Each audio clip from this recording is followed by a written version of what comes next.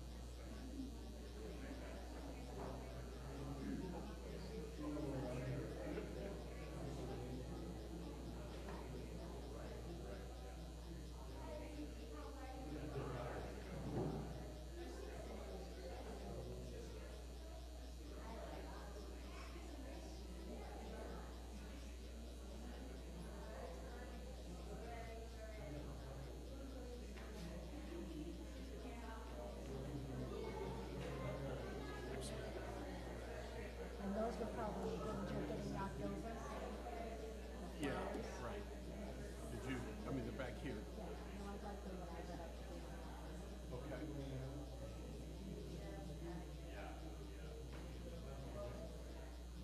Are they gonna be in your way? They will, once you're done. Oh, okay.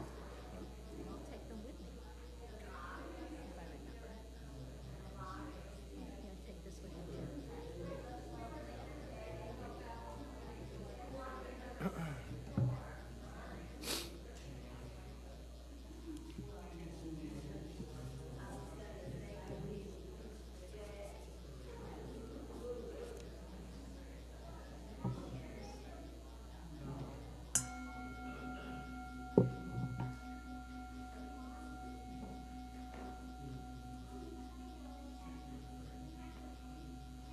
Let us settle into a moment of quiet, followed by the music of Edvard Grieg, played by our music director and pianist, Matthew Johnson. You are also invited at this time to light a silent candle of joy or sorrow.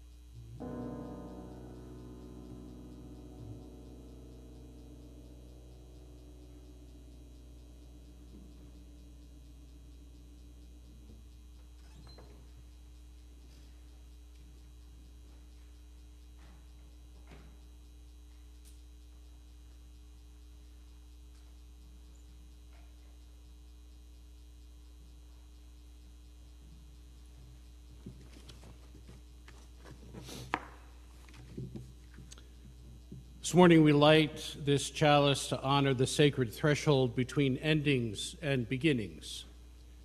Its flame reminds us that even as one light fades, another rises. That the work of letting go is also the work of becoming. May this fire guide us as we hospice what no longer serves and nurture the tender shoots of what might yet grow.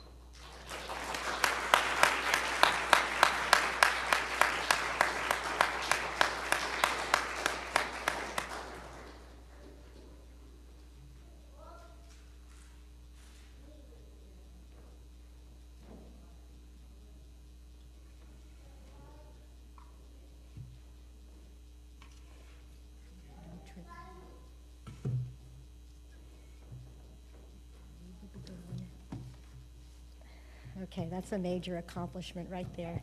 For those of you who don't know, if you're really short, there's a little step stool down here that you got to pull out before you can stand up. All righty. So good morning. Welcome to the Unitarian Church of Worcester, a congregation of love, hope, justice, inspiring people to take on the challenges of a changing world. My name is Beth Posner-Waldron, and I snuck in as one of your worship associates this morning.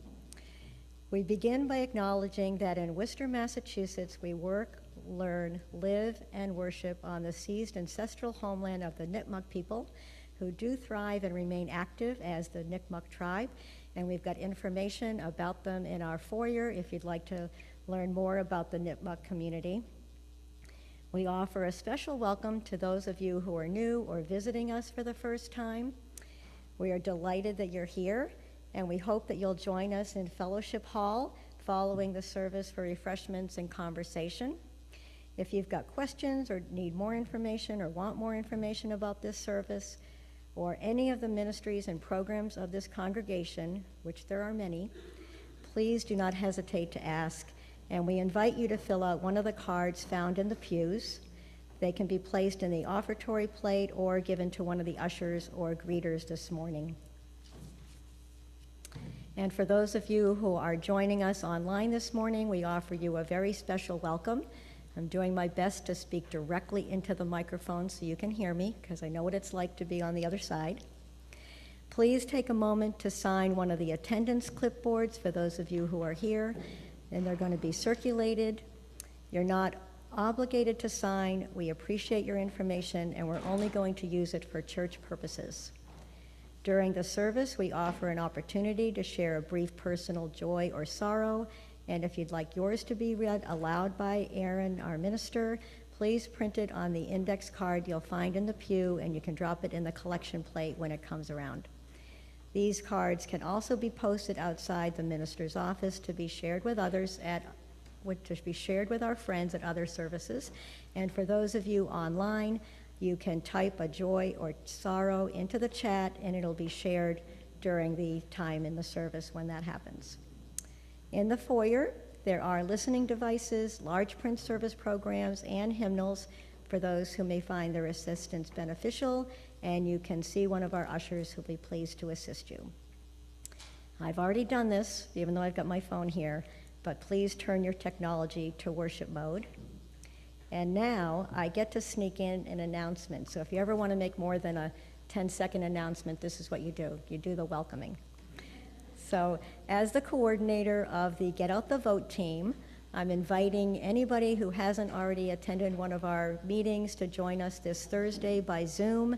If you're not already on my email distribution list and you want to be added to it, then there's my email address for the team is in the weekend reminder, and it's really easy. It's gotv@uucworcester.org, or you can just hunt me down at coffee hour, and I can add you to the email list. I can make sure you get the Zoom link. We're gearing up for a lot of activity between now and the midterm elections.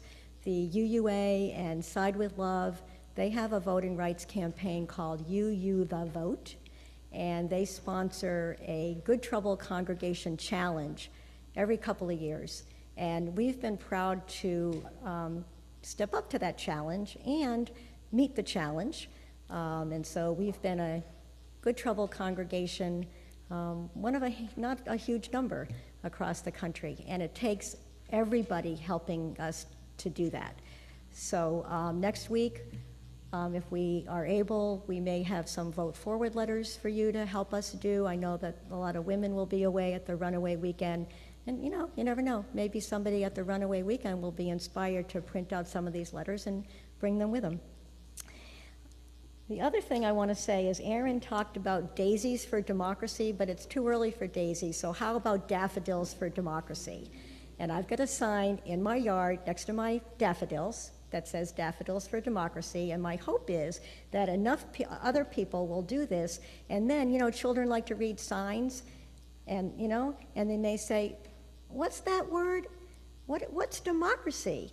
And then, as they're driving around with their parents, they might go, look, Ma, there's some daffodils for democracy, even places where there isn't a sign. So I think that this could be a trend, right? And keep democracy at the forefront of our minds. And then eventually we'll have our tulips for truth and tulips against tyranny and flowers against fascism. And Aaron already gave you some great ideas last week. I'm running out of time, but May 1st, I think, is a walkout day, no kings, May 1st, in honor of May Day, and also just as another form of protest. So, other announcements, look on the back of your order of service. We're really glad that you are here and hope this morning is an opportunity for rest, reflection, and rejuvenation. One more thing, I've got flyers about voting information. Town meetings and local elections are coming out for towns.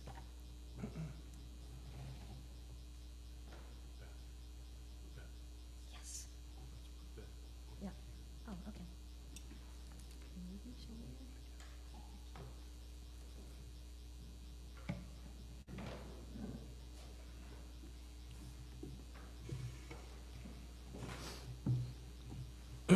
Sage advice, stop the war, time for change. Come on.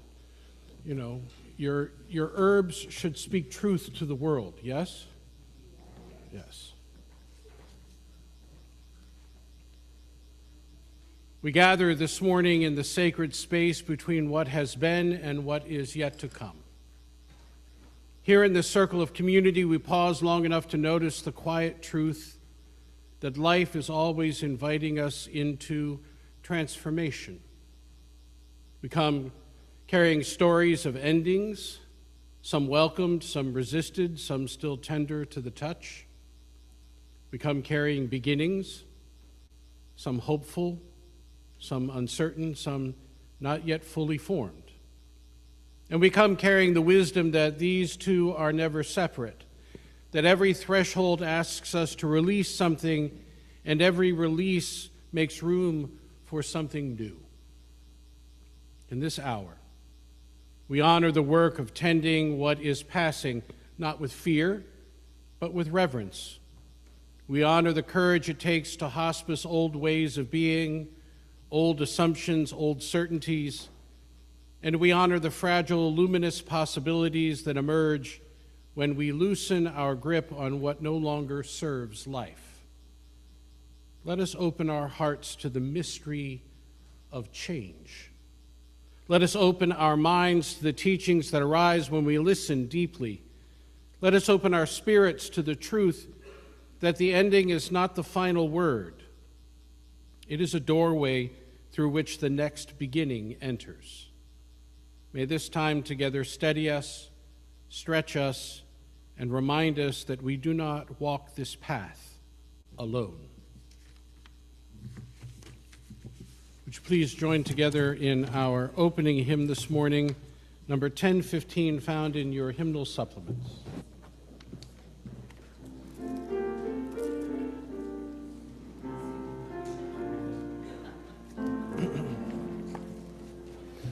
Though days be dark and stormed, and burdens weigh my heart, though troubles weigh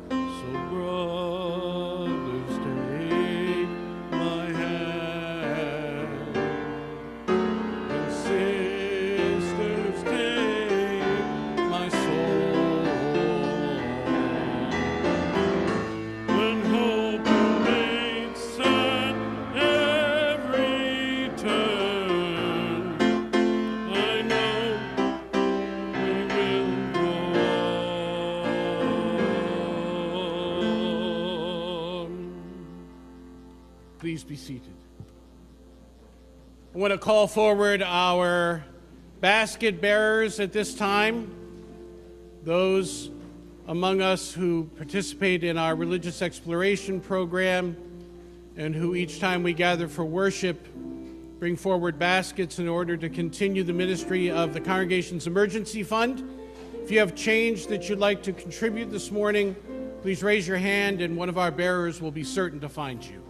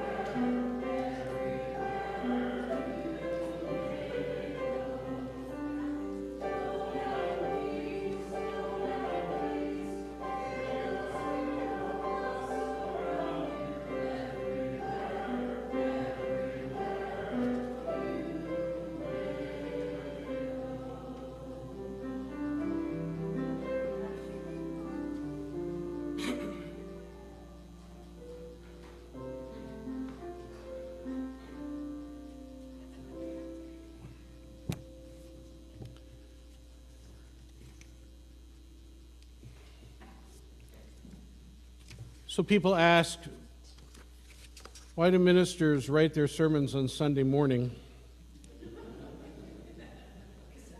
Because Saturday night happens. But that's not the case this week. The sermon was well done before last night. And I awoke this morning to news that just confirmed what I was preaching about anyway, so what the hell? What we experienced again last night, I think, is a prime example of what I want to talk about today, and that is how we are all caught up in the grip of modernity and all that it manifests, both in our own lives and in the world that we share. I've been thinking a lot lately about the poem that emerged from me at the end of a sermon last month on the second half of the Wicked movie. You know Stewardship Sunday? You know Stewardship Sunday, don't you, Dave? Right. And Dave has some news to share today that we will wait for during the offertory. But that poem at the end of the sermon, a house falls and someone calls it justice. A child cries and someone calls it noise. The sky is full of reasons, the ground is full of bodies, and the story keeps choosing its villains. Somewhere, a green-skinned girl is trying to tell the truth over the roar of the wind. But the wind is busy carrying another banner, another order, another name for necessary. Still, she stands in the wreckage, hands open, asking the only question the story fears. Who taught you to call this safety? I really don't know where this question came from, except that it has echoed in me in many forms. Like many of you who have encountered your bewildered selves trying to make sense of a world that we thought we understood and rationalized the turn of the tide on so many shorelines of our individual and communal existence. I, too, have been met with strong emotions. I, too, have felt disheartened, enraged, and at times exhausted by the onslaught of what I previously thought was virtually impossible. But there has been this recurring experience when in the depths of my own despair I can hear different refrains of this same question. Who told you? 25 years ago, it came in the form of an awareness and an awakening, hearing many describe the events of 9/11 as the worst act of terrorism our country has ever experienced, and hearing the response from those whose bodies and lives bear the scars of centuries of colonial violence. Really? This is the worst our country has experienced?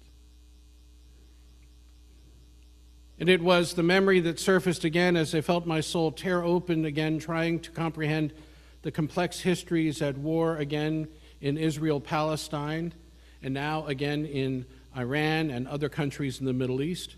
A wound that is also at the heart of my own continuing effort to comprehend the legacy of such violence in the history of a country that I call home, violence that erupted again last night.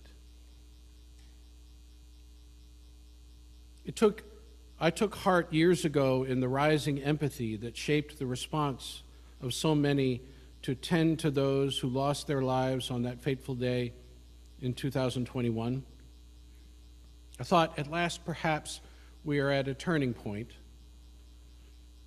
And then the Bronx cheer returned to Yankee Stadium, and life returned to normal. Like the poem Nikki Giovanni wrote after the tragedy at Virginia Tech, "We do not understand this tragedy," she wrote. "We know we did nothing to deserve it, but neither does the child in Africa dying from AIDS. Neither do the invisible children walking the night away to avoid being captured by a rogue army. Neither does the baby elephant watching his community be devastated for ivory. Neither does the Mexican child looking for fresh water. Neither does the Appalachian infant killed in the middle of the night in his crib in his home his father built with his own hands, being run over by a boulder because the land was destabilized. No one deserves a tragedy," says the poet. If only this kind of consciousness remained. But when war in Afghanistan and Iraq took center stage and the cycle of violence continued, so I learned to take some comfort in the reality that while our species has been and is capable of such horrific violence, that it too is capable of empathy and compassion. The harder lesson continues to be that as a product of the evolution and history of said species, I too must realize I have the capacity for both, even if unintended and unconscious. It is the same consciousness that has compelled me in my own teaching of race, class, and gender at Worcester State, the same consciousness that is at work in me as I serve the unhoused and those who are pushed to the margins of our communities. Both these ventures awaken in me the hard reality that I also am a product of the very systems I seek to transform, and that I too am resistant to many forms of change. It's often said that when the student is ready, the teacher will appear. This morning, that teacher is Vanessa Machado de Oliveira, whose book, Hospicing Modernity, found its way to my Kindle recently. I don't know how it got there, and whose thoughts and work will occupy my heart and my mind for some time. I cannot do justice to her work in this sermon. So please consider this a brief introduction to what will undoubtedly become a much longer meditation over time.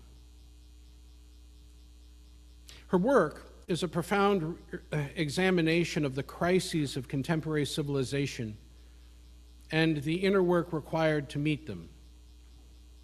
Rather than offering solutions or a roadmap for reform, Oliveira argues that modernity itself is terminal, shaped by extraction, colonialism, and entitlement, and the illusion of human superiority, and that our role is to hospice it, to accompany its decline with maturity and integrity rather than denial and despair. Her book challenges readers to confront the deep patterns that sustain modernity: exceptionalism, entitlement, saviorism, and the desire for control.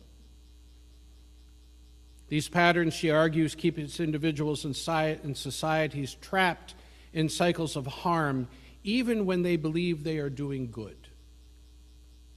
Oliveira identifies archetypes of modern behavior, such as the do-gooder who retreats to comfort after a minimal effort, or the incognito capitalist, I love that, who reproduces harm while imagining themselves radical, to illustrate how deeply modernity shapes our habits of mind.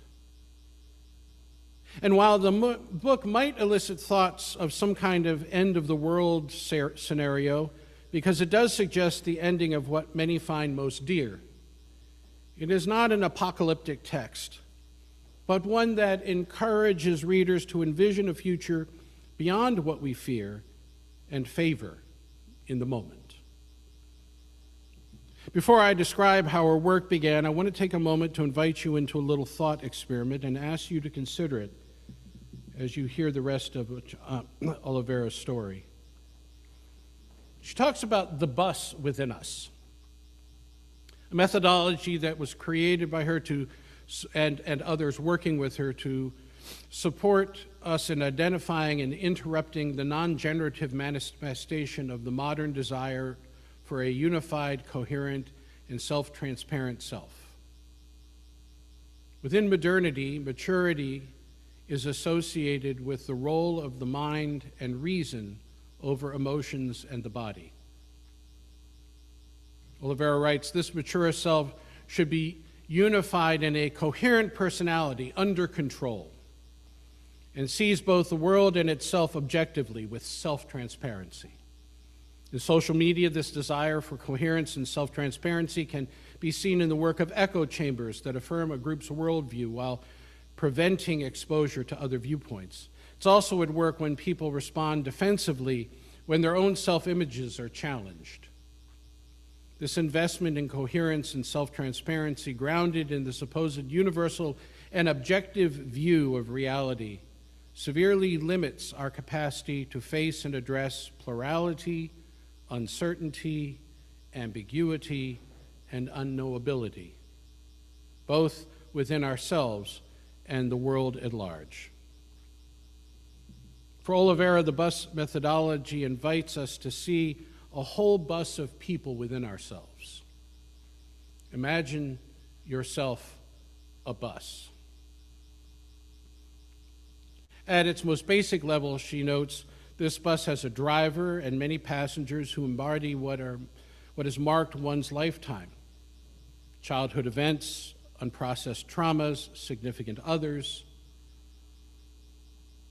She notes some of these passengers are at the front of the bus and their voices are loud and well known, and some are seated in the middle of the bus, can only be heard at the front in certain occasions, and some are in the back and may even be unknown to the driver.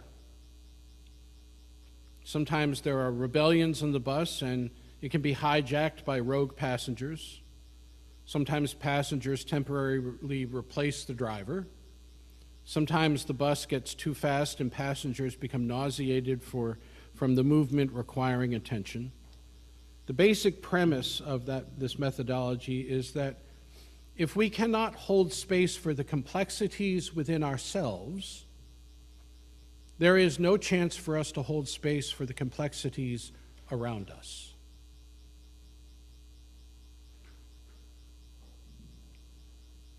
She writes, this methodology can help us work with our unconscious and playful ways to make connections and associations that might bypass our ego-logical defenses.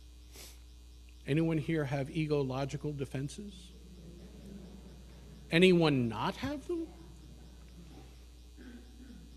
She writes, for example, if something prompts defensiveness or resistance, you can pause and check your bus. I love that. And instead of embodying resistance, take a step back. See resistance expressed by a passenger on your bus and pay attention to what the passenger is teaching you through what they are saying or through their interactions or conflicts with other passengers. If the idea of a bus is unrelatable, you can try different images. Some of you perhaps an orchestra, or a theater, or a village, or a campfire, or an ant farm, or squirrels on a spaceship. Whatever works for you. The image is just a prop for the analysis, she notes.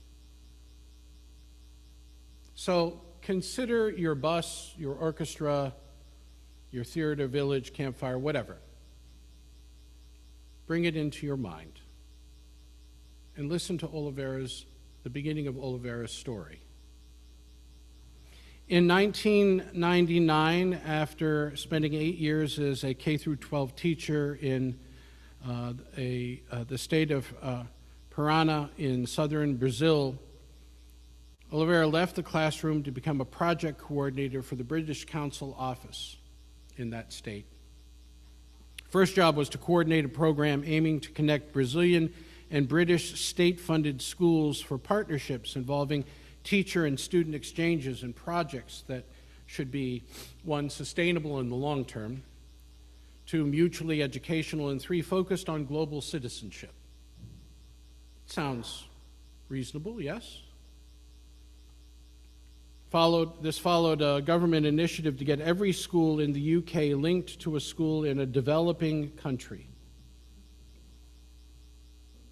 Olivera's first task was to participate in a school principals conference in the UK promoting the school linking program. It was her first time traveling abroad. There was a great deal of interest in her own country at the conference, and she had the opportunity to ask many principals why they would like to link their school with a Brazilian school and what they would like to see as the partnership's educational outcomes. To her surprise, the general response of British principals was that they wanted to connect with a school out in the sticks, preferably in the middle of the Amazon forest without running water. When asked why, the common answer was that these principals wanted their students to know how fortunate and privileged their lives were in contrast to the lives of Brazilian students.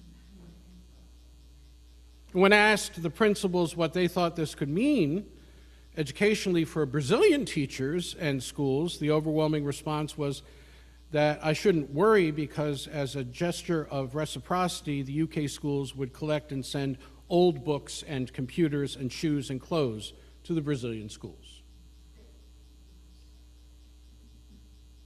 You can imagine that Olivera found this deeply problematic, but she says she didn't have the words to express it at the time. The first assumption, she writes, was that by being exposed to the relative poverty of the schools in Brazil, the UK students would better appreciate the opportunities they could access in their countries. The poverty in Brazil was being framed and consumed as a way to address apathy and alienation in the UK context. A second assumption was that the Brazilian schools could be used as a means for the UK students to connect more personally with their textbook content and be more motivated to learn, especially in terms of addressing firsthand data about the Amazon forest. The Brazilian schools were expected to become live content for UK students to study. Third assumption was that the UK students could boast their sense of urgency and empowerment by making a difference to the unfortunate students in the Brazilian schools. Charity, she notes, toward the Brazilian students was being used to elevate the self-esteem of UK students. This really disturbed her. So she goes back to Brazil, and her next task is to have a similar meeting with a group of Brazilian principals and teachers who had also expressed interest in her program. She had prepared a lot of questions and naively hoped that this group would help her articulate the problem that she had encountered in the UK. So she asked the group why they wanted to link their school in Brazil with a UK school and what they wanted to see as a partnership educational outcome.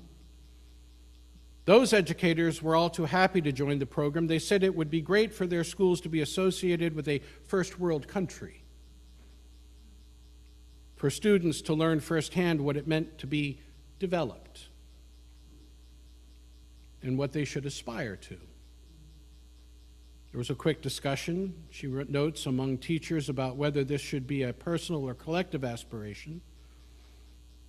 In that group, she writes, there was no question about the desirability of setting first world perimeters as the universal measure for progress and development.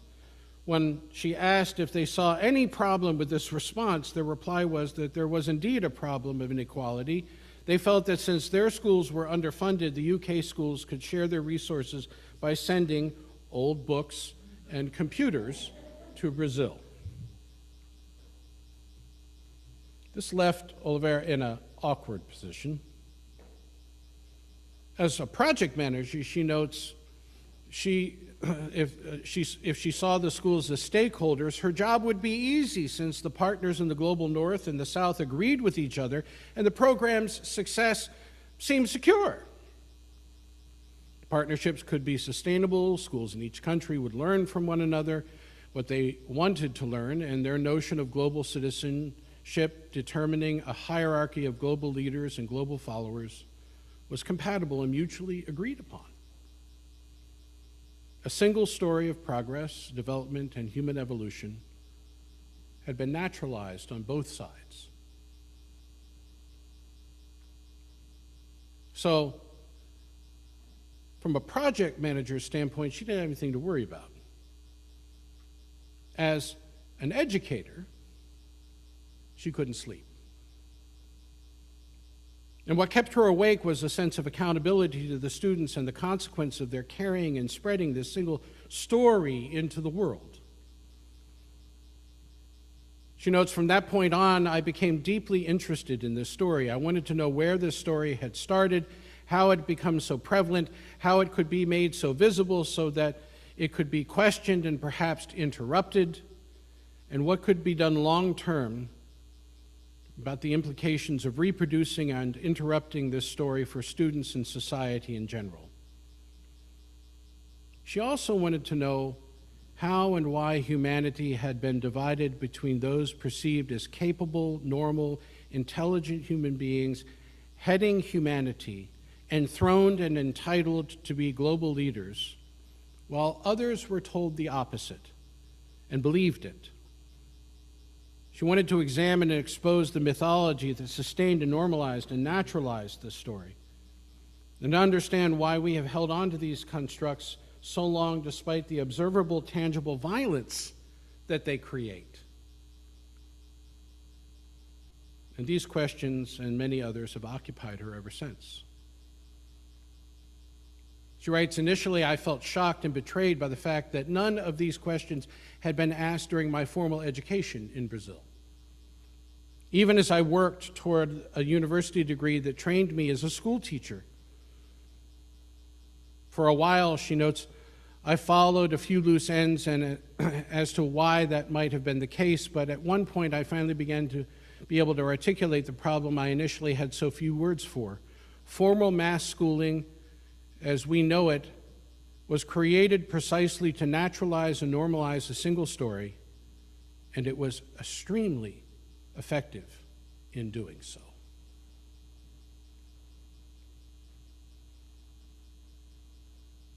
Take a moment to check your bus. As you heard this, what arose in you? What emotions surfaced? What thoughts emerged as you listened? What experiences in your own life surfaced? See, the first important step in the process, and all we are able to accomplish this morning, is to learn to sit and observe what is going on within us as we experience these narratives. I'd suggest that it is also a good way to approach almost any experience these days. What surfaced in you when you heard the news last night? What thoughts? What experiences?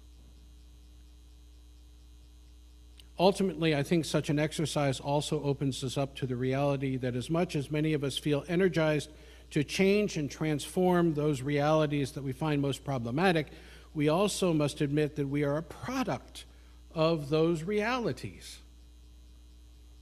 and that our own internal state and motivations are also a product of these same realities. In order to accomplish something different, we must begin with such acknowledgement and then make a conscious choice about how we are going to be different.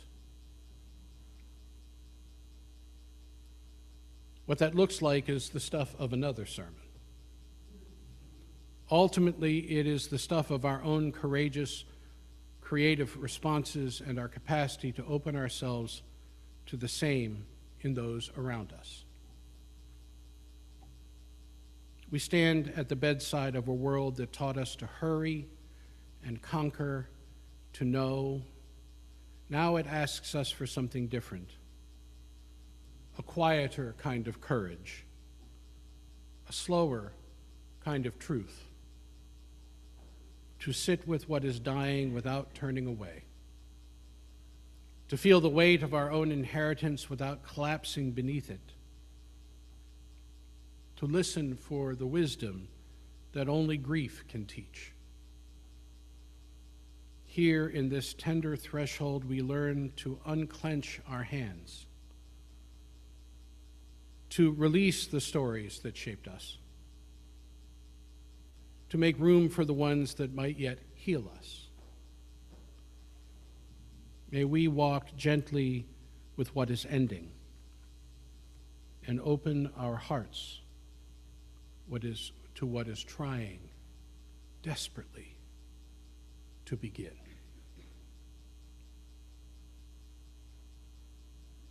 Amen. And blessed be.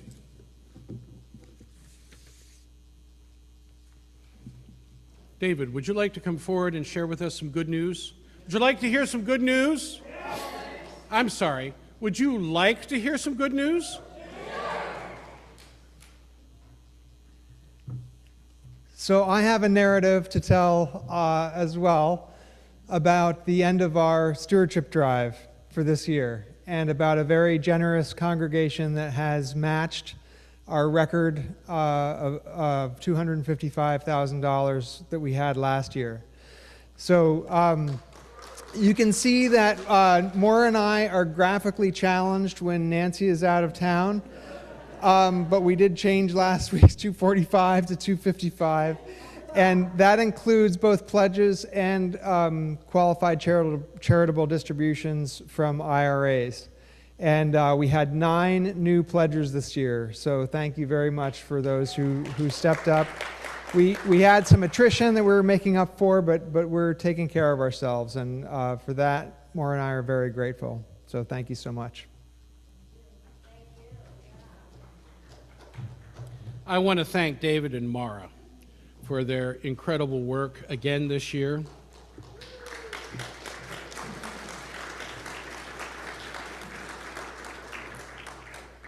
And Nancy Baffa for her incredible creative endeavors, and who leaves us almost motionless when she's not here. Is that right? And most of all, I want to thank you for your generosity and continuing to make this place a priority in your lives and with your resources so that the world itself might benefit from a community that is willing to do the hard work of transformation.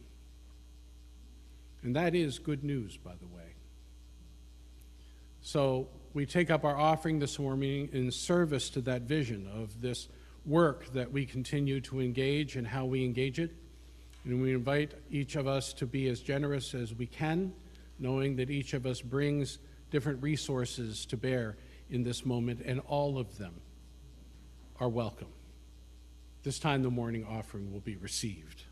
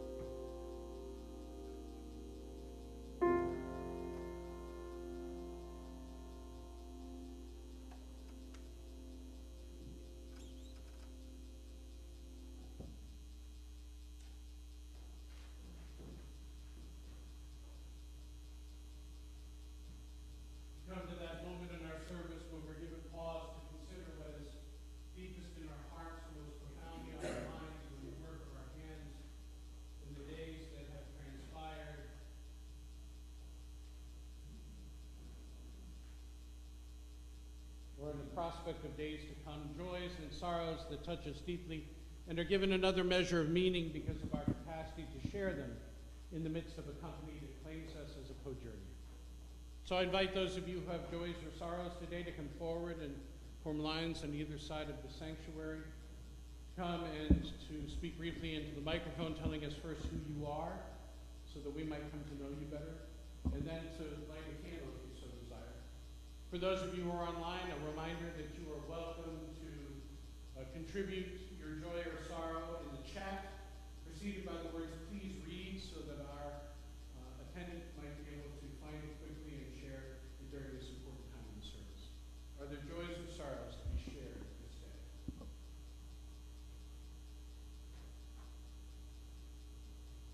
You know, you kind of wonder about a sermon.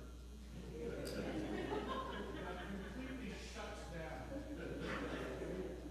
Just say it. Oh, good.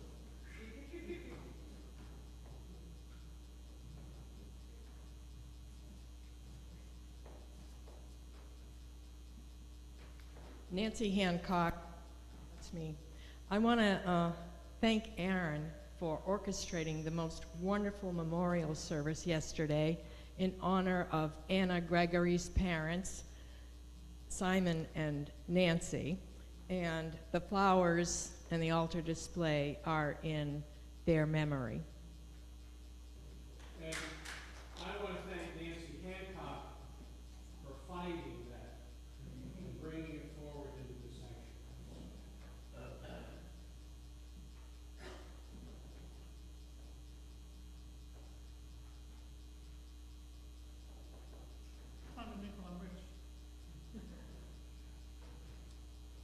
Probably from the collection, kids collection.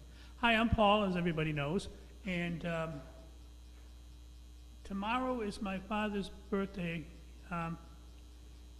He died, a while back, but and it's interesting as I'm getting older, and noticing things like when I was growing up, I felt like betrayed by him and that, and then realized that he was dealing with his own battles and that. And I heard somewhere that as you grow up, you love your parents, and as you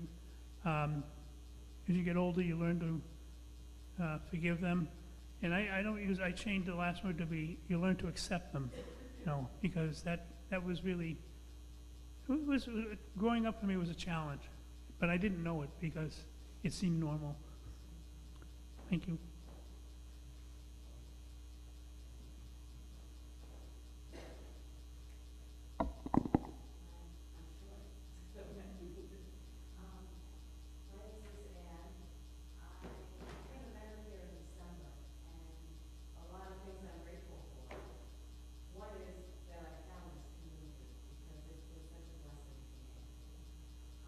So thank you all for welcoming me and taking me in and making me part of your family, because it's just been so heartwarming. And the second thing I'm really grateful for is a week from today, I am on a plane, as long as it will take off, and I am on the way to a 105-mile trek, and I am so excited. So I won't see you for 3 weeks, but when I come back, I will have experienced another wonderful trek.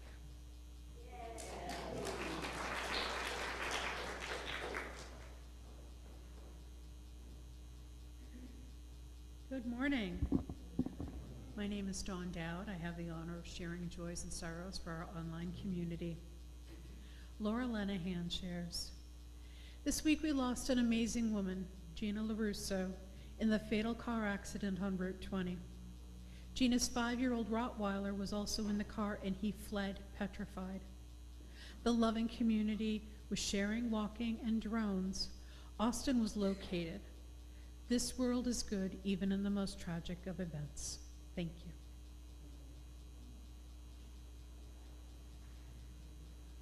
Joy shared.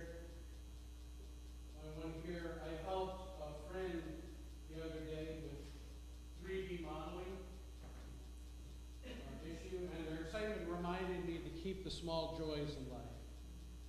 Sorrow, my best friend's family has been struck by cancer. Taking their grief out on him, I would ask for prayers for him, and that We know they will also help him move out as soon as he can. I also want to honor the spirit of Simon and Nancy Gregory and the Gregory family that built this place yesterday. I also want to honor the incredible work of our pastoral care team in relationship to yesterday's service and to the reception that was held afterwards. It was a remarkable experience. And I would be remiss, even though my beloved decided to stay home this morning, to announce or to share with you that yesterday was the 34th wedding anniversary of the Paysons.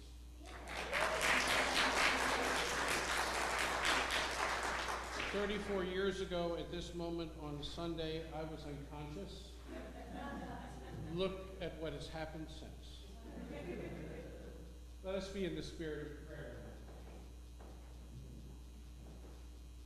Spirit of life comes to us in so many ways this day, honoring those that have gone before us and the incredible care that results when we honor those spirits within and between us. For those who look forward to their sojourns away, we send with them wishes for health and wholeness, for heat waving and swift return. Help us be mindful of the moments in our lives when we bring into our consciousness the spirits of those that have gone before. Help us remember our best selves in those days when the world seems to tear itself asunder. May we always be a hand that welcomes, a heart that is open, and arms that support those in the world as they traverse life's many and varied challenges. All of us, after so much more said and unsaid, we give great and abiding thanks.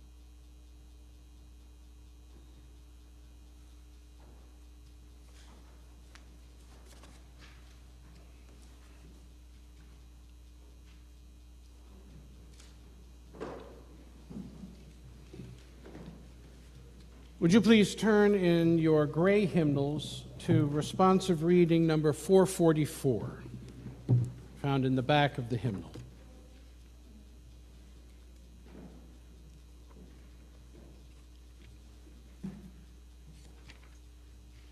The words of Kenneth Patton.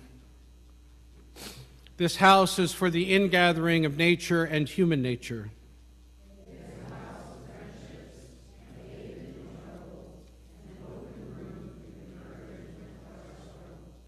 It is a house of freedom, guarding the dignity and worth of every person.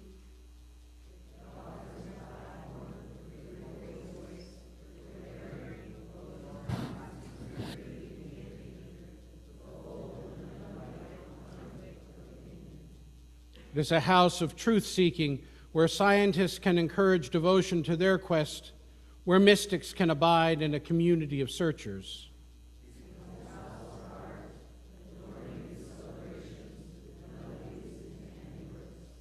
It is a house of prophecy, outrunning times past and times present in visions of growth and progress.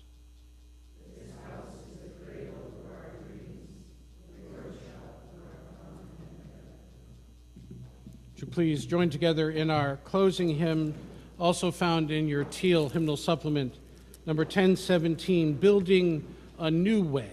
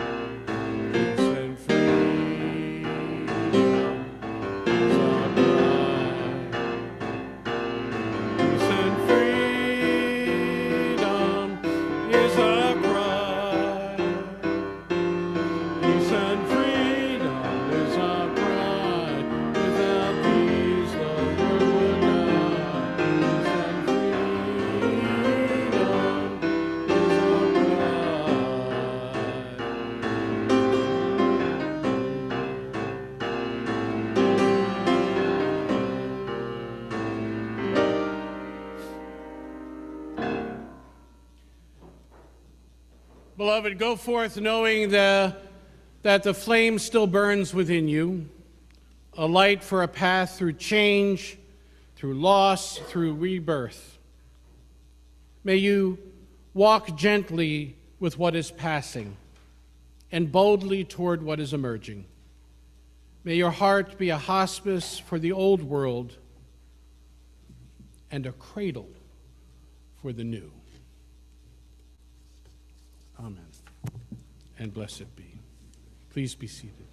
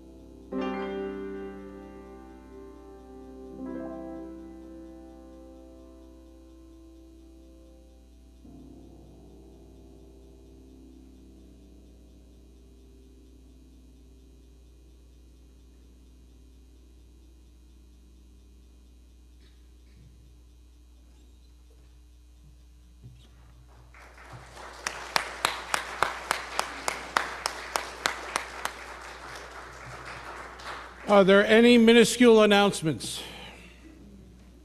Let me make certain that's on. Hi, my name's Catherine, and I help. Hi, I'm Catherine. I help oversee the coffee hour. I just want to let you know that today we're going to be enjoying lots of extra goodies that are leftovers from the wonderful service that was held here yesterday for Anna Gregory's parents. For the next 2 weekends, it's called an All of Us service, so we're really relying on folks to contribute food. And next weekend, I'm doing the Women's Runaway Weekend, so I won't be here. So you'll see a sign-up sheet. I'm asking for extra help for anybody who's here. The boys who help us are going to need rides. They live really close, but they're going to need rides back and forth. Somebody needs to pay them the $10 we pay each of them at the end of the service, and somebody needs to kind of help make sure everything gets cleaned up at the end. But they're ready to do it on their own. They're looking forward to it. So thanks for your help. Does that mean pizza and beer from the men's group for refreshments next week? And Brian, can we make that happen? Yeah, okay, good. Hi, I'm Kim. So normally, first Friday of the month is game night. However, it is moved to the second Friday of the month because I'm running away with COVID. So you're on your own. Game night will be on the 8th. I always knew we couldn't play games without women. I'm bringing the games. Don't you have all the games? Once again, beloved, worship in this place has come to an end, but our service continues, next with an opportunity for refreshment and conversation. May yours be a wondrous and wonderful week.